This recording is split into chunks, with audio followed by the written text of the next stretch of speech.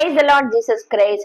எனக்கு அன்பான தேவ ஜனமே, என்கரேஜ் பை ஹோலி ஸ்பிரிட் சீரீஸ்க்கு நான் உங்களை வரவேற்கிறேன். ஆண்டவருக்கு நான் மிகவும் மனதார நன்றி சொல்றேன். சங்கீதம் 52 வசனம். நீ கேடுகளை செய்ய எத்தனம் பண்ணுகிறாய், கபடு செய்ய உன் நாவு தீட்டப்பட்ட சவரன் கத்திய போல இருக்கிறது. தாவீது யாரு சொல்றது? சவுல பார்த்து அந்த இடத்துல என்னன்னாக்கா, நீ கேடு செய்யறதுக்கு, எனக்கு தீங்கு விளைவிக்கிறதுக்கு நீ பிளான் பண்ற.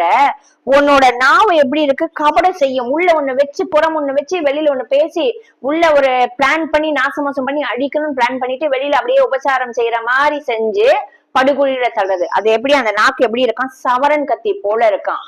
அதாவது இந்த ஹேர் கட், அந்த கத்தி இருக்கும் இல்லையா, ஷார்ப்பா இது பண்ணுவாங்க. இந்த காலத்துல நீங்க பாத்தீங்கன்னாக்கா ஷேவ் பண்ணது அந்த இதெல்லாம் கத்தி யூஸ் பண்ணி அது மாதிரி இருக்கான்.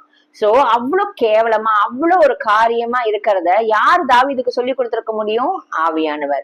சோ நம்ம வாழ்க்கையில நமக்கு விரோதமாக எந்த மனிதர்களுக்குள்ள என்ன இருக்கு, அந்த டிசர்மெண்ட் ஆஃப் ஸ்பிரிட் ஆவியானவர் தான் நமக்கு தர முடியும்.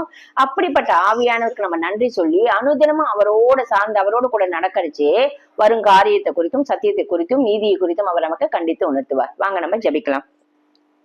எங்கள் அன்பின் பரலோக தகப்பனே, உம்மை துதிக்கிறோம், ஸ்தோத்தரிக்கிறோம்ப்பா.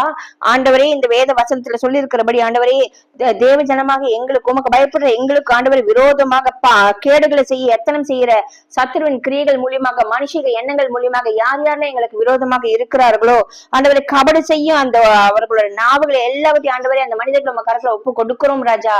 அது சவரன் செய்யும் கத்தியை போல இருக்கு தகப்பனே. ஆவியானவரே, அப்படிப்பட்ட மனிதர்களுக்கு எங்களையும் எங்கள் குடும்பங்களையும் சபைகளையும் நீங்களாக்கி விலக்கி பாதுகாத்துக் கொள்வீராக ராஜா. சத்ருவின் ஆலோசனைகளை தவிடுபொடியாக்கி போடுவீராக. இயேசுவின் நாமத்தினாலே ஜெபிக்கிறோம் பிதாவே. ஆமீன். ஆமீன். God bless you.